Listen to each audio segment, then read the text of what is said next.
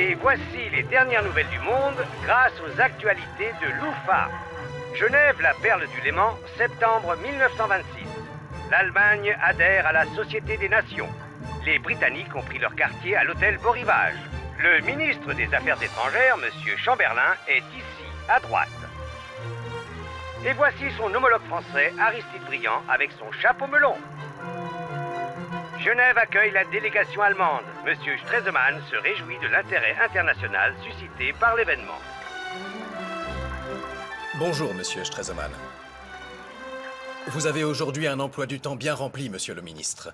Nous commençons par l'accueil officiel de notre ambassadeur à 9h. Le président de la Chambre germano-suisse de commerce vous reçoit juste après. Puis rendez-vous avec les représentants du domaine des affaires à 14h. Il faut tout reporter. Tout! C'est impossible, il est trop tard. Dans ce cas, je vous confie la charge de me remplacer. Vous avez les compétences pour me représenter, je pense. Mais Monsieur le ministre, qu'avez-vous donc à faire de plus important que tout cela? Vous voulez le savoir? Le remède à tout. Un accord entre l'Allemagne et la France. Et comment comptez-vous faire cela? C'est parce que vous ne le savez pas que cette réunion ne vous concerne pas.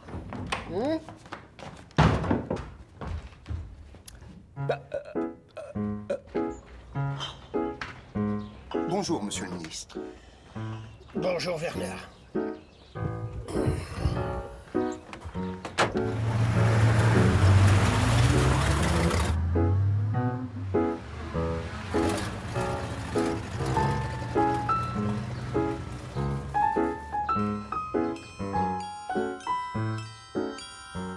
À 11h, rendez-vous avec l'attaché culturel de Suède. Puis entrevue à midi avec l'ambassadeur de Pologne. Et à 13h, déjeuner avec la délégation italienne, suivi d'une conférence de presse, monsieur le ministre. Entendu. Allons-y. Merci.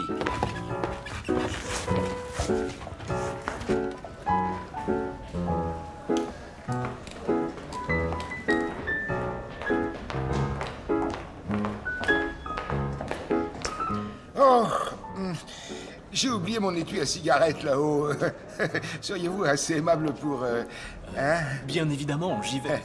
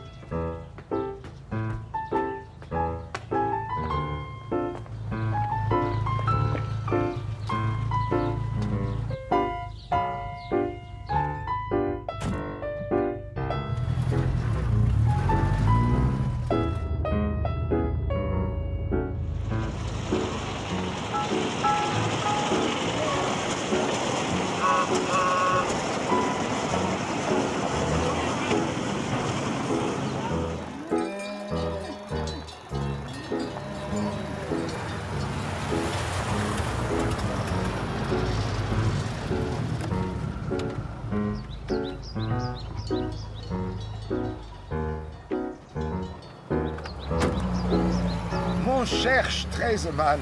Mon cher monsieur Briand. Ah, c'est une joie. Allons-y.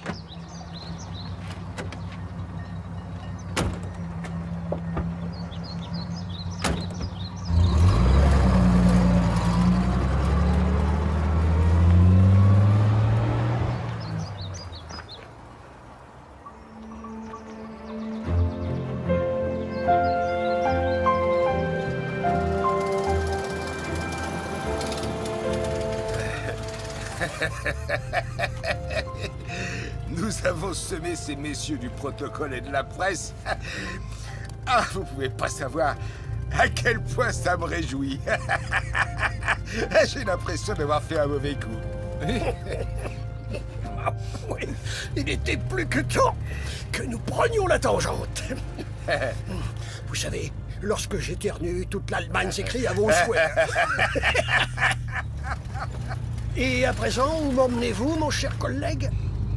Connaissez-vous Thoiry et l'auberge de Théophile Léger? Hein? Le rôti de veau de sa femme est admirable. En ces années d'après-guerre, il règne entre la France et l'Allemagne un climat de haine et de méfiance réciproque. Mais leurs ministres des Affaires étrangères respectifs, Aristide Briand et Gustav Stresemann, ont le désir sincère de rapprocher les deux grandes nations.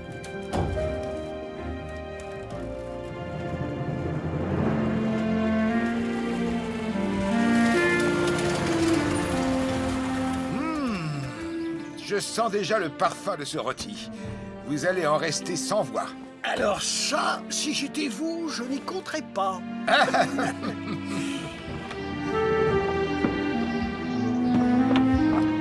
Allez garer l'automobile loin des regards. Bonjour. Bonjour. Nous sommes bien seuls, tout est prêt? Ça va sans dire. Bonjour.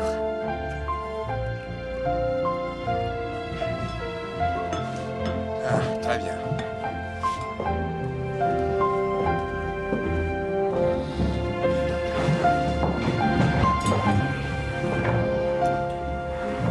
C'est une grande joie de voir pour une fois Allemagne et France réunies sans y être forcées. Et ce, malgré le poids du passé. Oui, Traquons à l'avenir. à la paix sur les rives du Rhin.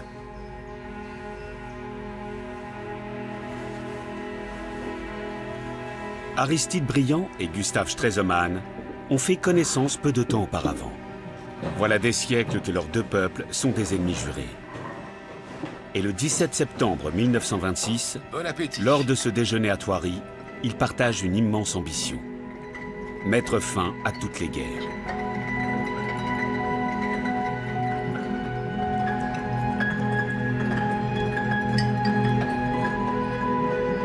Merci. C'est bon? Pour moi, c'était parfait. Super. Parfait, la suite. Genève, une semaine avant cette rencontre à Thoiry.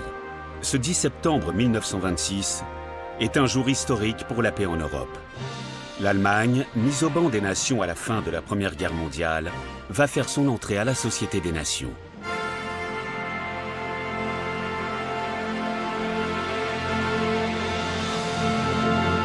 Wir grüßen die deutschen Freunde.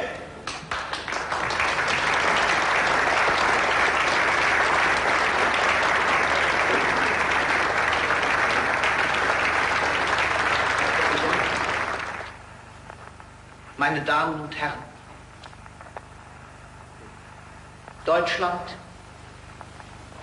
tritt mit dem heutigen Tage in die Mitte von Staaten, die zum Teil im Weltkrieg seine Feinde waren. Diese Tatsache zeigt deutlicher als Worte und Programme, dass der Völkerbund berufen sein kann, der Entwicklung der Menschheit eine neue Richtung zu geben. Der göttliche Baumeister der Erde hat die Menschen nicht geschaffen als ein gleichförmiges, großes Ganzes. Er gab den Völkern verschiedene Blutströme. Er gab ihnen als Heiligtum ihrer Seele ihre Muttersprache. Er gab ihnen als Heimat Länder verschiedener Natur. Aber es kann nicht der Sinn einer göttlichen Weltordnung sein, dass die Völker ihre nationalen Höchstleistungen gegeneinander kehren und damit die allgemeine Entwicklung immer wieder zurückwerfen. Gerechtigkeit und Hilfsbereitschaft sollen die wahren Leitsterne sein. Nur auf dieser Grundlage lässt sich die Freiheit aufbauen, um die jedes Volk ringt, wie jedes Menschenwesen. Deutschland ist entschlossen, sich in seiner Politik auf den Boden dieser erhabenen Ziele zu stellen.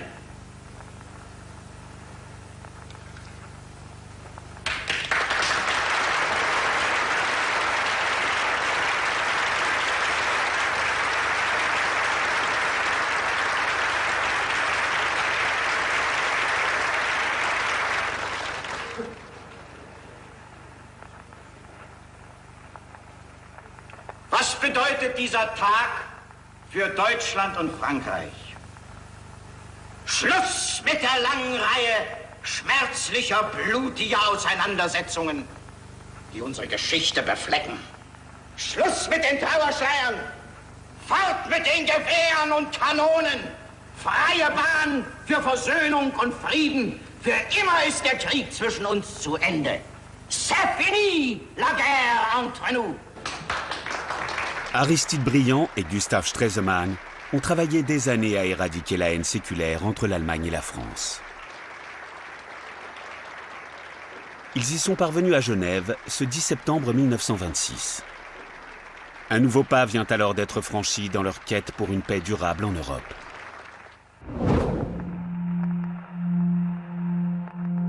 Pourtant, 7 ans plus tard, le ciel d'Europe s'obscurcit déjà. Adolf Hitler accède au pouvoir. Puis, en 1936, l'Allemagne quitte la Société des Nations. Et 1939 marque le début de la Seconde Guerre mondiale. Comment expliquer l'échec du plan de paix de Briand et Stresemann?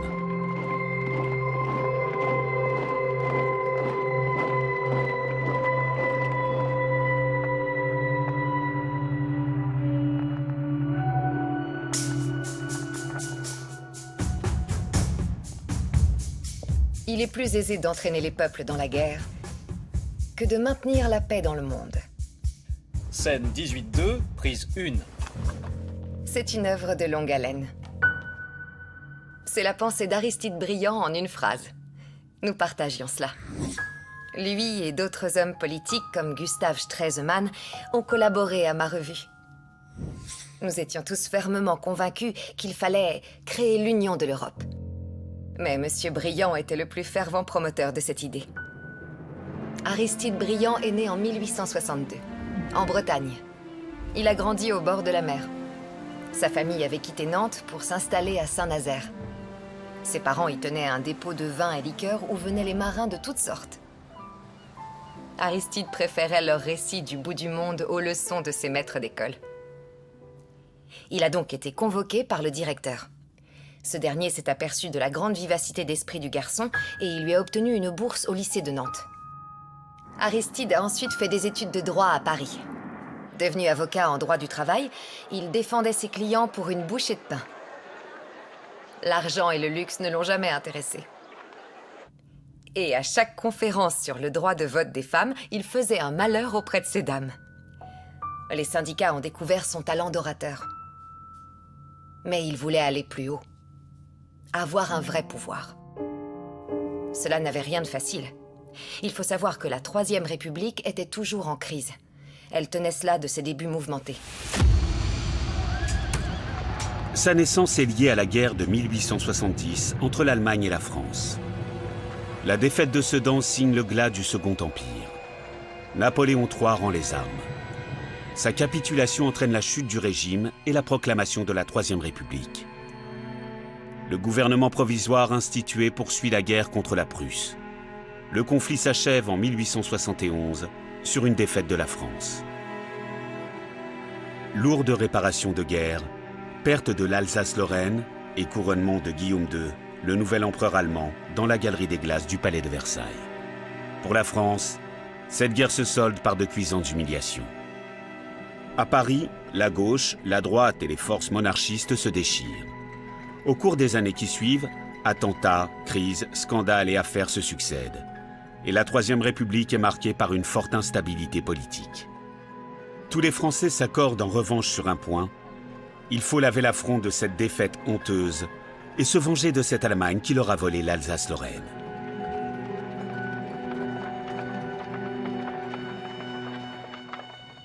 On a qualifié cette période de belle époque. Mais ce nom cache de grands bouleversements. L'industrialisation galopante et son cortège de pauvreté et de misère. Au tournant du siècle, Aristide est socialiste et député.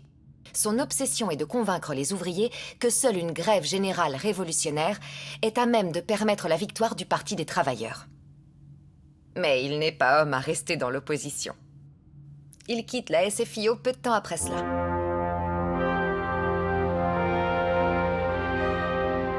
Il entre au gouvernement et dès lors, il ne cesse de gravir les échelons.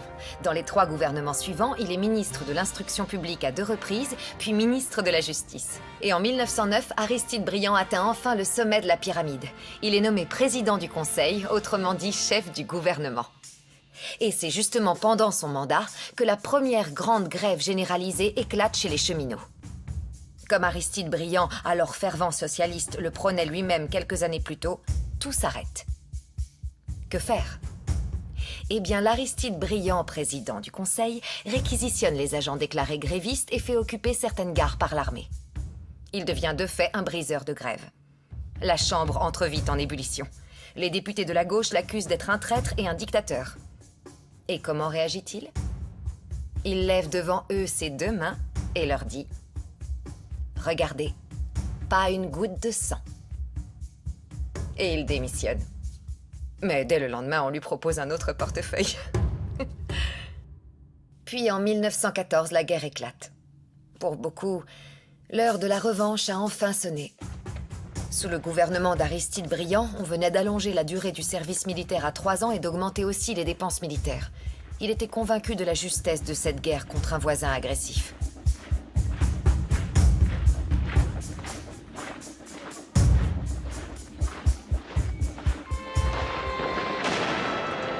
Et ce, jusqu'en 1916. En mai, Aristide Briand s'est rendu sur le front à Verdun. Il a vu l'horreur des tranchées. Et il a été frappé de l'absurdité de ses attaques et contre-attaques pour gagner quelques mètres de terrain. À cet instant, il s'est juré une chose. La guerre ne serait plus jamais l'instrument de la politique. Ce n'est sûrement pas avec des brillants qu'on va gagner cette fichue guerre. C'est en substance ce qu'a déclaré Clémenceau au maréchal Foch. Et là-dessus, Aristide a démissionné.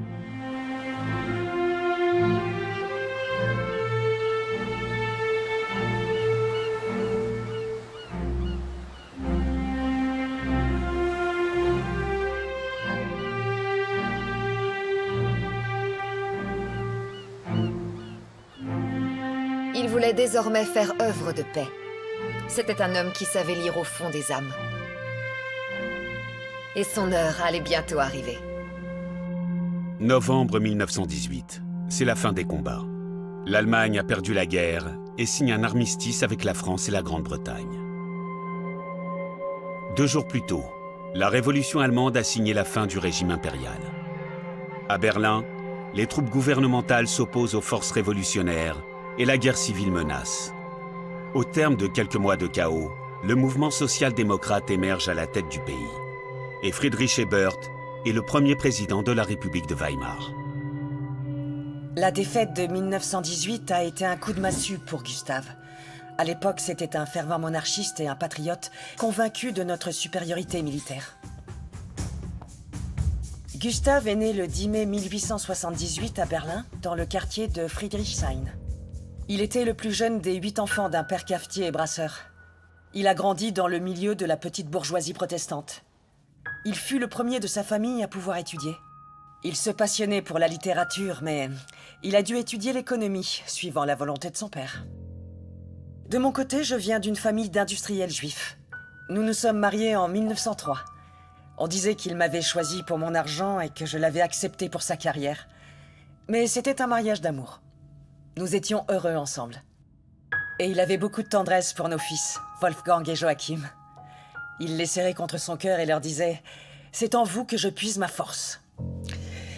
Et mes origines juives ne dérangeaient pas Gustave. Bien au contraire, elles ont renforcé ses convictions, car il s'était toujours montré profondément critique vis-à-vis de l'antisémitisme.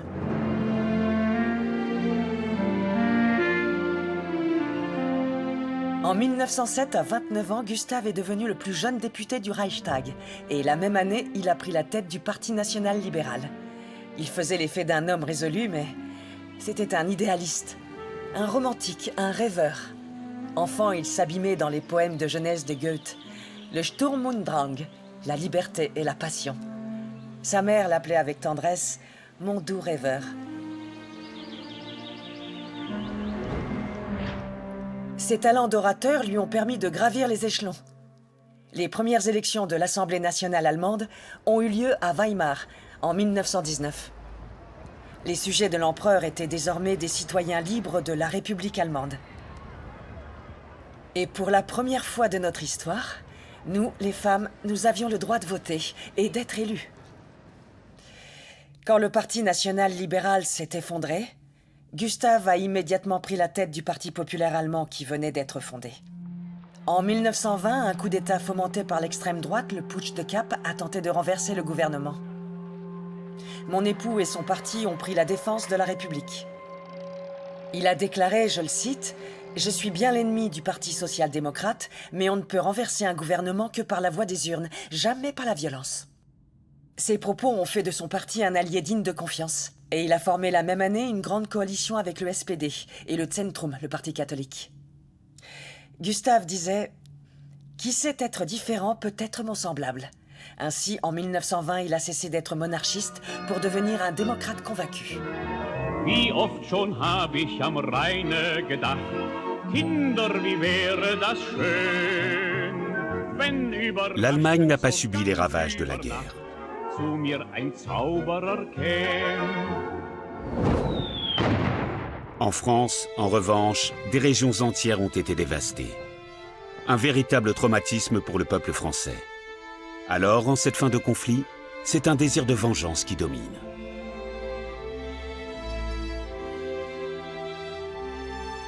Dans le traité de Versailles signé en 1919, les puissances victorieuses désignent l'Allemagne et ses alliés comme responsables du conflit et leur imposent une clause financière. Le montant des indemnités de guerre sera fixé à 132 milliards de marks or.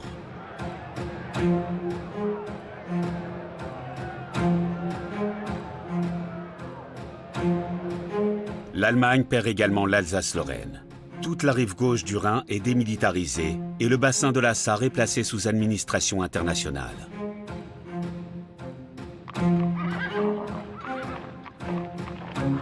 La France occupe à elle seule une grande partie de la Rhénanie. Près de 100 000 soldats français s'établissent ainsi sur le territoire, dont 20 000 issus de régiments coloniaux. Ce qui cause un choc dans la population allemande, dont la plupart n'a encore jamais vu d'homme à la peau noire. La France tient à faire sentir à l'Allemagne qu'elle a été vaincue. Elle laisse le champ libre à ses soldats. Dans les territoires occupés, exactions et mauvais traitements sont monnaie courante.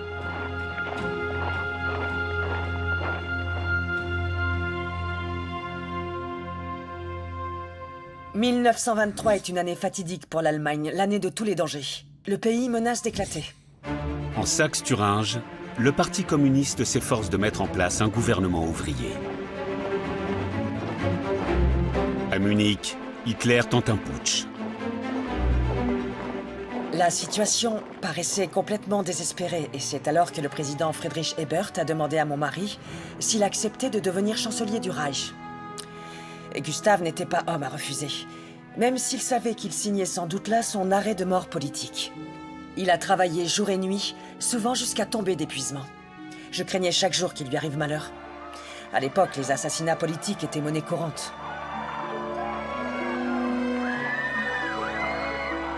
Mais grâce à l'appui de l'armée, Gustave a réussi à enrayer l'insurrection communiste de Saxe et de Thuringe.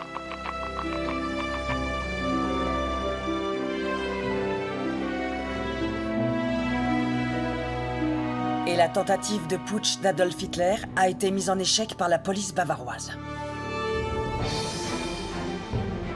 La République de Weimar a usé 9 gouvernements en 4 ans. Le pays est en proie à la famine.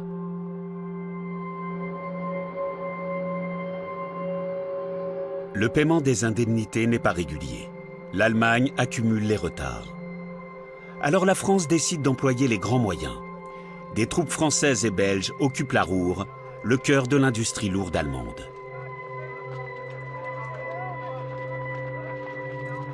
En réaction, le gouvernement allemand encourage les ouvriers à la résistance passive. Les machines s'arrêtent.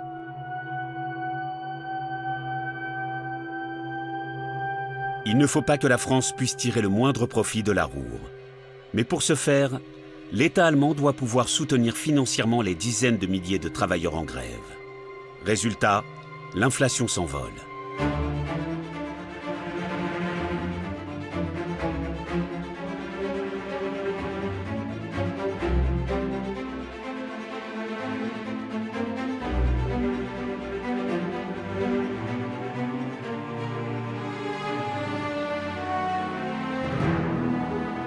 Le chancelier allemand, Gustav Stresemann prend alors une décision historique. Deshalb, wir haben den passiven Widerstand im Ruhrgebiet abgebrochen.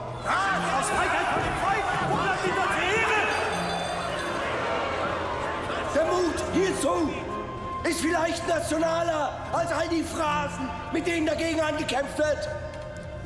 Ich bin mir bewusst, dass ich damit meine politische Stellung, ja vielleicht sogar mein Leben aufs Spiel setze. Aber was fehlt dem deutschen Volke? Uns fehlt der Mut zur Verantwortlichkeit. Fin 1923. Le Rentenmark, ou marque rente, est mis en circulation. Cette monnaie transitoire met un terme à l'inflation galopante. Elle est couverte par des crédits américains. Mais en contrepartie, les États-Unis exigent la fin de la résistance passive. Gustav Stresemann a traversé victorieusement 3 grandes crises. Mais sa politique ne suscite pas l'adhésion du Reichstag. Le Parti social-démocrate dépose une motion de censure. Der Regierung Stresemann haben das Vertrauen ausgesprochen 156 Abgeordnete. Für die Abwahl der Regierung 231 Abgeordnete. Stresemann est mis en minorité. Il n'aurait été chancelier que durant 100 jours. Le président Ebert a déclaré « Vous aurez oublié dans 6 semaines ce qui vous pousse à renverser le chancelier, mais vous ressentirez encore les conséquences de votre bêtise dans 10 ans. »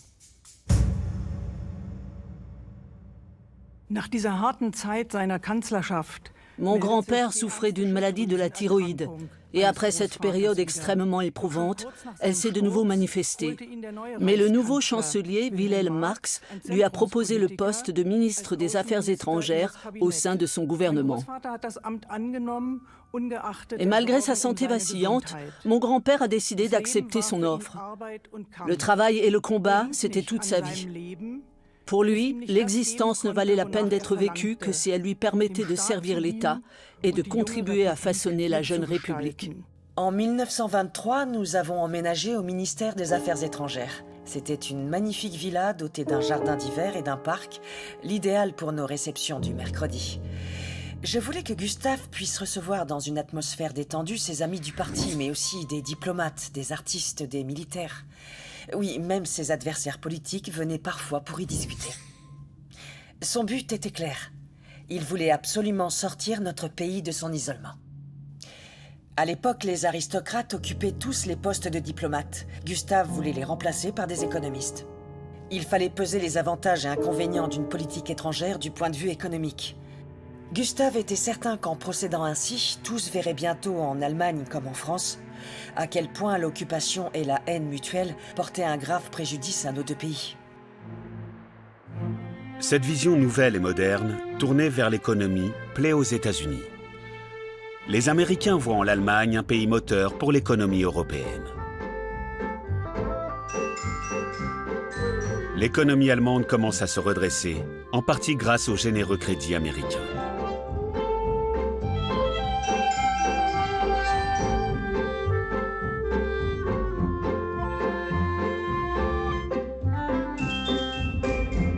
Et Gustav Stresemann a une idée visionnaire. Se rapprocher ouvertement de la France pour s'unir dans un nouvel élan. Je fréquentais assidûment le salon du mercredi des Stresemann. Madame Stresemann était une remarquable hôtesse, une véritable dame du monde.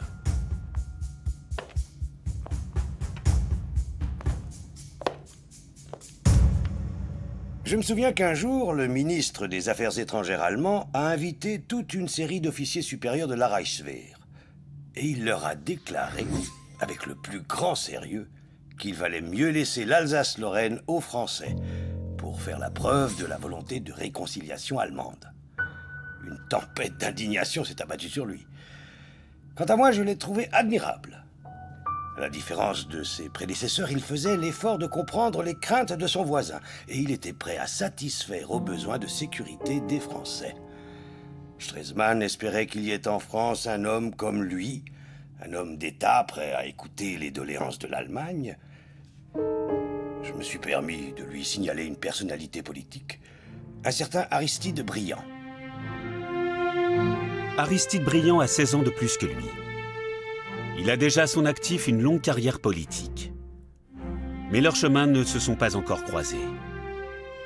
En septembre 1924, Briand n'est plus au gouvernement. Il a laissé le poste de président du Conseil à Raymond Poincaré et il observe impuissant la politique nationaliste et revancharde de son grand rival qui ne fait qu'isoler le pays sur la scène internationale.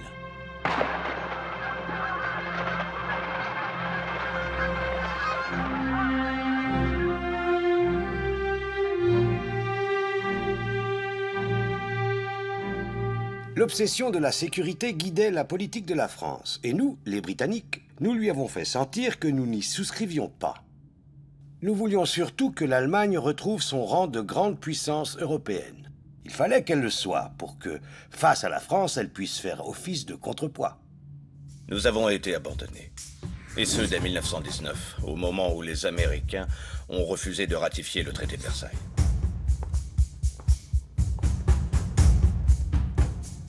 Les Britanniques ont pris leur distance.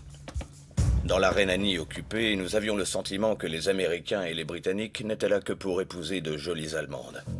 Non, on a beau jeu de faire le joli cœur avec les Allemands, quand on en est séparé par tout un océan, la Manche ou que sais-je encore. Mais nous, les Français, avons été envahis 2 fois par les troupes germaniques en moins d'un demi-siècle. Il fallait y mettre un terme définitif. L'Allemagne devait être démilitarisée et avoir payé ses indemnités de guerre avant d'envisager de retrouver la prospérité, ou même de pouvoir revenir dans le concert des nations libres et pacifiques. En 1924, Édouard Herriot, l'homme de tête du cartel des gauches, devient président du Conseil. Mais il est contraint de démissionner dès avril 1925. Paul Painlevé, son successeur, appelle Aristide Briand à Paris pour entrer au Quai d'Orsay, le siège du ministère des Affaires étrangères.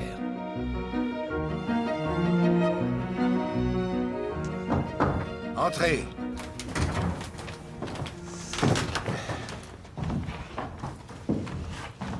Oh Louise. Monsieur Briand, bienvenue à Paris. Ah. Merci. Mais tenez, j'ai moi aussi une sorte de bouquet de fleurs pour vous.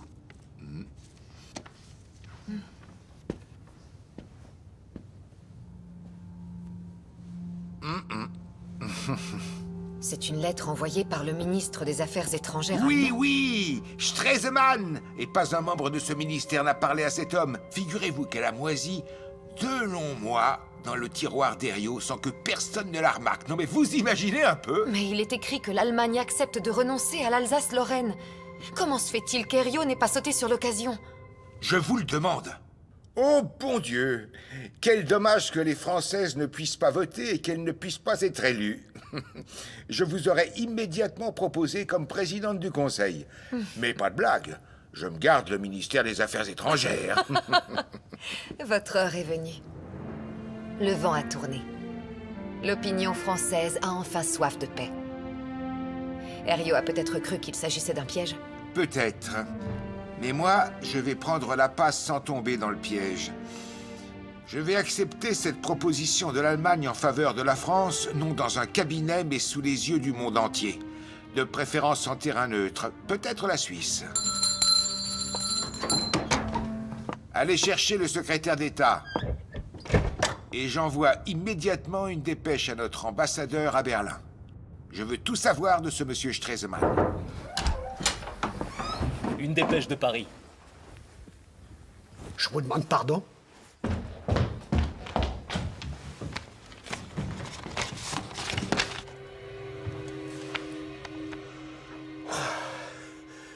La France annonce qu'elle est prête à entamer des pourparlers avec l'Allemagne, signé le ministre des Affaires étrangères Aristide Briand. Tonnerre de Dieu, Briand, enfin. Oh mon Dieu, quelle occasion. Vite une dépêche à notre ambassadeur à Paris. Je veux absolument tout savoir de ce monsieur Briand.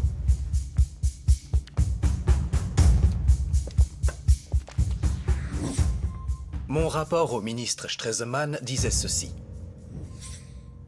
Aristide Briand est réputé à juste titre pour ses talents d'orateur. Il monte à la tribune sans dossier, sans notes, sans le moindre papier. Il parle sans s'interrompre, et quels que soient les thèmes qu'il aborde, il fait toujours mouche. Si M. Stresemann défend ses positions avec un grand acharnement, il est tout aussi acharné à trouver un terrain d'entente. Aristide Briand provient d'un milieu modeste. C'est un homme aux manières simples, d'un abord facile et un bon vivant. Il peut être d'une exubérance juvénile qui n'a d'égal que son incorrigible frivolité. M. Stresemann père était un marchand de bière. Et Gustav Stresemann incarne parfaitement l'allemand, comme on ne l'apprécie guère dans les autres pays. Dass ich heute in der Lage bin, im Bilde zu Ihnen zu sprechen, ist ein lebender Beweis dieser Entwicklung. La raideur prussienne fait homme. Et puis, cette façon de parler, tellement germanique. Um dafür zu sorgen, dass deutscher Geist und die Anerkennung deutscher Technik auch die Welt durchdringen. Voilà un homme assez peu agréable au premier abord. La bonne volonté de Briand lui a notamment coûté son poste en 1922. Il s'est aussi couvert de ridicule. Lors de la conférence de Cannes en janvier, il a retrouvé le Premier ministre britannique Lloyd George au golfe de Mandelieu et s'est avéré plutôt peu doué pour cette discipline. Depuis, M. Briand s'efforce de ne jamais perdre un match, quel qu'il soit. Il est connu pour faire preuve d'une grande capacité d'écoute. Il s'attache véritablement à comprendre les idées de ses adversaires et les opinions divergentes. Puis, avec tact et prudence, mais aussi avec une grande persévérance, il démontre à l'autre camp la justesse de son point de vue. En cas de conflit, il maîtrise à merveille l'art de jouer sur tous les registres. C'est finalement Locarno, charmante bourgade suisse sur le lac Majeur, qui est choisie pour la première rencontre au sommet entre la France et l'Allemagne, le 5 octobre 1925.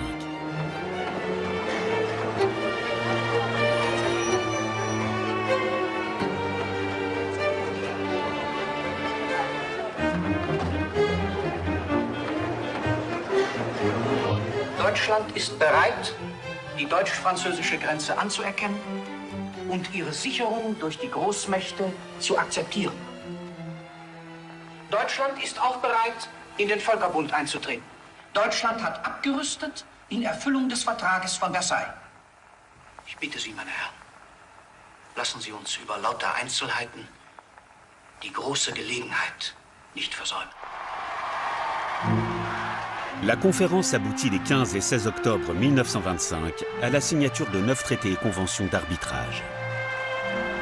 Aristide Briand et Gustav Stresemann doivent maintenant faire ratifier les accords de Locarno par leurs parlements respectifs. Le ministre des Affaires étrangères français a exaucé le souhait de son pays. L'Allemagne renonce à ses prétentions sur l'Alsace-Lorraine, qui revient définitivement à la France.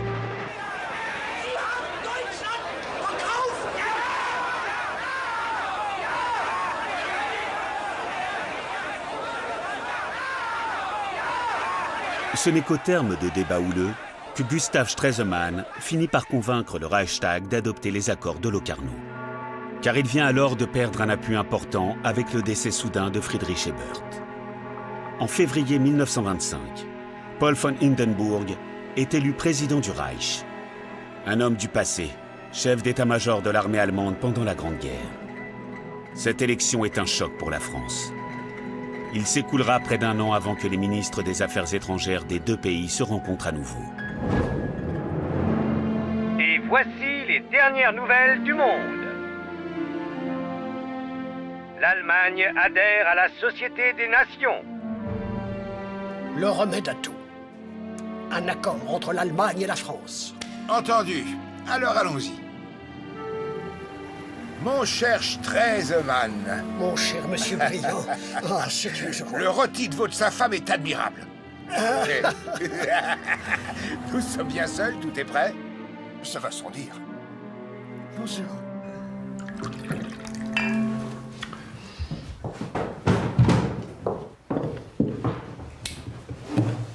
Locarno et l'entrée de l'Allemagne au sein de la Société des Nations, ce n'était que la première étape.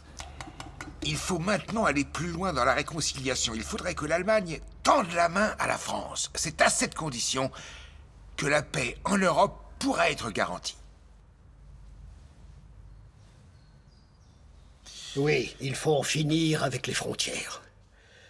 L'Europe devrait être une communauté d'États étroitement liés, comme les États-Unis d'Amérique l'ont toujours été. Tout à fait d'accord. Il faut tirer un trait sur l'esprit pusillanime de tous ces États, économie, banque, affaires militaires.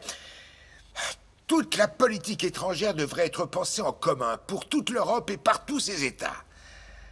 Mais nos peuples, à l'heure actuelle, sont-ils prêts à envisager d'adopter une telle idée? Oui. Je dirais que non. Et comment ne pas les comprendre quand l'une de nos nations occupe le territoire de l'autre? Vous avez raison, oui. Mais je vais vous dire une chose.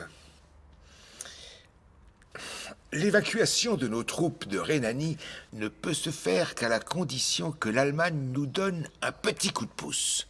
Même 2 ou 3, si ça vous plaît. Pourvu que cette évacuation puisse se faire dans les plus brefs délais. Que proposez-vous alors? Le mark est fort. Le franc est, comment dire, moins fort. Peut-être devrions-nous... Hein? Mon ami. Alors? Oui. Ce qui importe à présent... Et voici qu'à Thoiry, Gustave Stresemann et Aristide Briand imaginent une solution qui mettrait tout le monde d'accord. Le retrait des troupes françaises de Rhénanie, si important pour Stresemann au regard de la politique intérieure, contre une aide économique à la France, alors en grande difficulté. Quoi de plus simple? Eh bien, il ne l'a pas dit de cette manière. Mais il n'a pas des Cela est toujours délicat. En revenant de Suisse, Gustave a pu déclarer au Reichstag que la Rhénanie serait bientôt libérée de ses chaînes et évacuée. Et même les plus nationalistes ont applaudi son discours.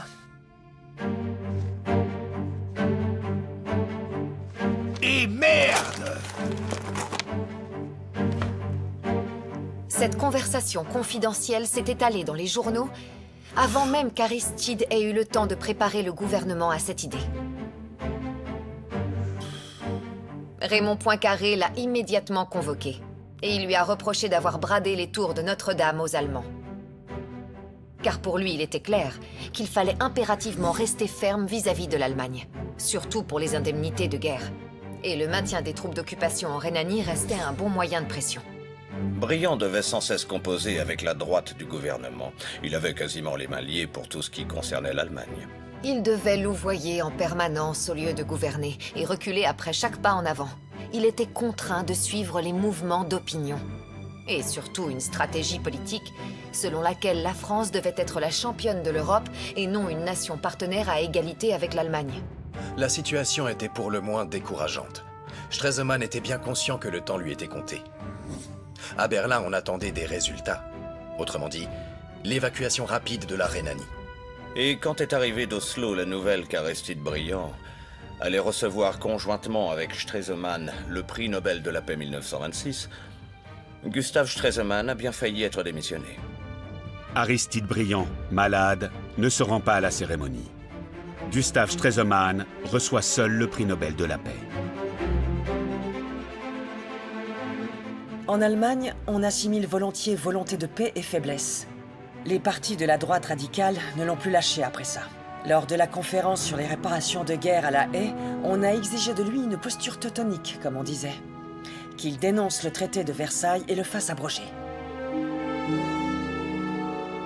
En août 1929, Gustave s'est donc rendu à La Haye pour obtenir une fois de plus le meilleur pour notre pays. Mais cette fois, ce n'était pas tout à fait la même chose. Il sentait que la maladie gagnait du terrain. Aristide Briand était à La Haye en qualité de ministre des Affaires étrangères, mais aussi de président du Conseil. Monsieur Stresemann s'était promis d'obtenir l'évacuation des troupes. Mais cette conférence, une conférence entre amis, a malheureusement pris un tour grotesque et ridicule pour tout dire. Pendant près de 4 semaines, on s'est écharpé sur des détails, sur des questions mineures sans aucune importance. Le 28 août, vers minuit, Gustave Stresemann s'effondre. On appelle un médecin et les pourparlers sont suspendus.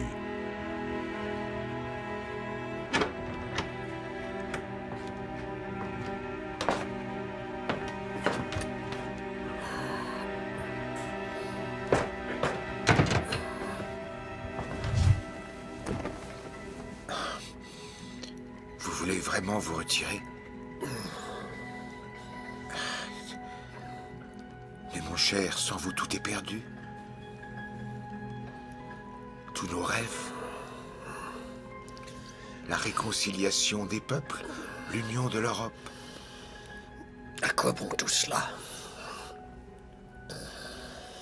Si la France ne tient pas enfin sa promesse d'évacuer les bords du Rhin, il est clair que la réconciliation entre nos deux peuples sera à tout jamais impossible. Je ne cesserai jamais de me battre pour qu'elle advienne. Mais il faut nous montrer patients. Vous devez tenir le coup. La jeunesse allemande. Nous aurions dû la gagner à l'idée de paix et à cette Europe nouvelle dont nous rêvions. À présent, nous l'avons perdue.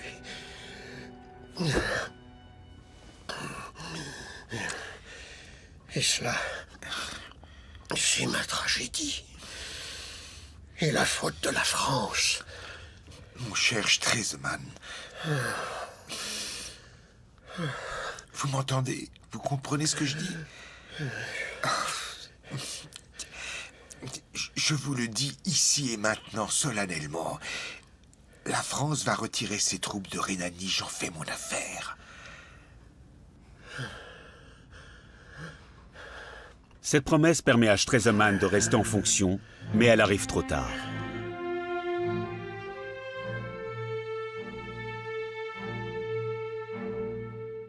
Les forces politiques sont déjà trop divisées. Une fois de plus, Aristide Briand et Gustave Stresemann prononcent un discours à Genève, à la Société des Nations. Nous sommes le 10 septembre 1929. Les deux hommes d'État sont prêts à tout pour voir leur peuple se réconcilier. Mais leur détermination peut-elle suffire ?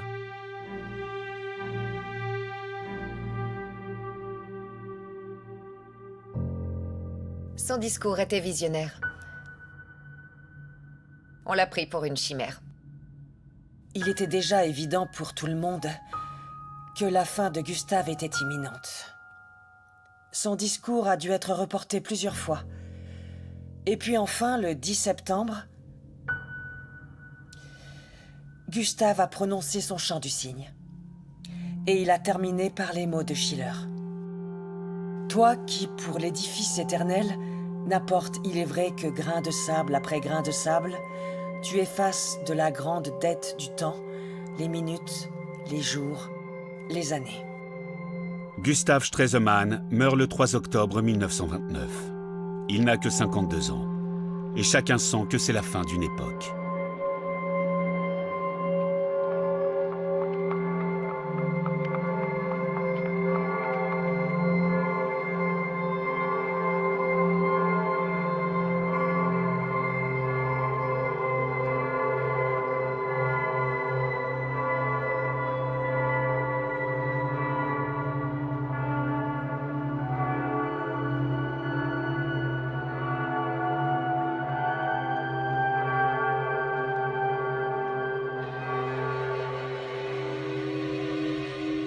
La France était en deuil, elle aussi. Tous les journaux rendaient un hommage appuyé à Gustave Stresemann, ce grand homme d'État, ce pèlerin de la paix. Aristide Briand est venu me rendre visite à l'ambassade. On voyait bien qu'il avait pleuré. Et il a eu ces mots. Il n'y a plus qu'à préparer un second cercueil.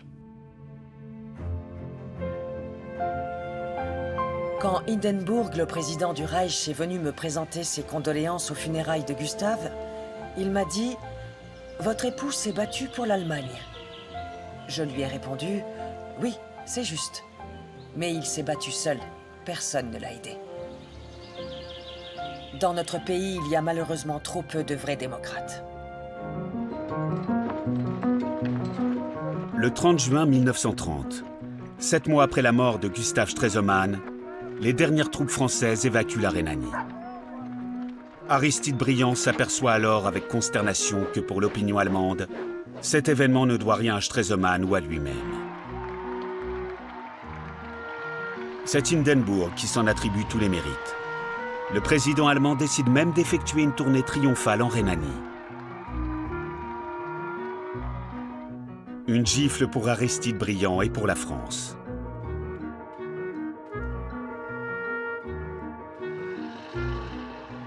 Les positions pacifistes ne seront bientôt plus de mise. Aristide Briand quitte la politique quelques semaines avant sa mort et s'éteint dans l'appartement qu'il loue à Paris le 7 mars 1932.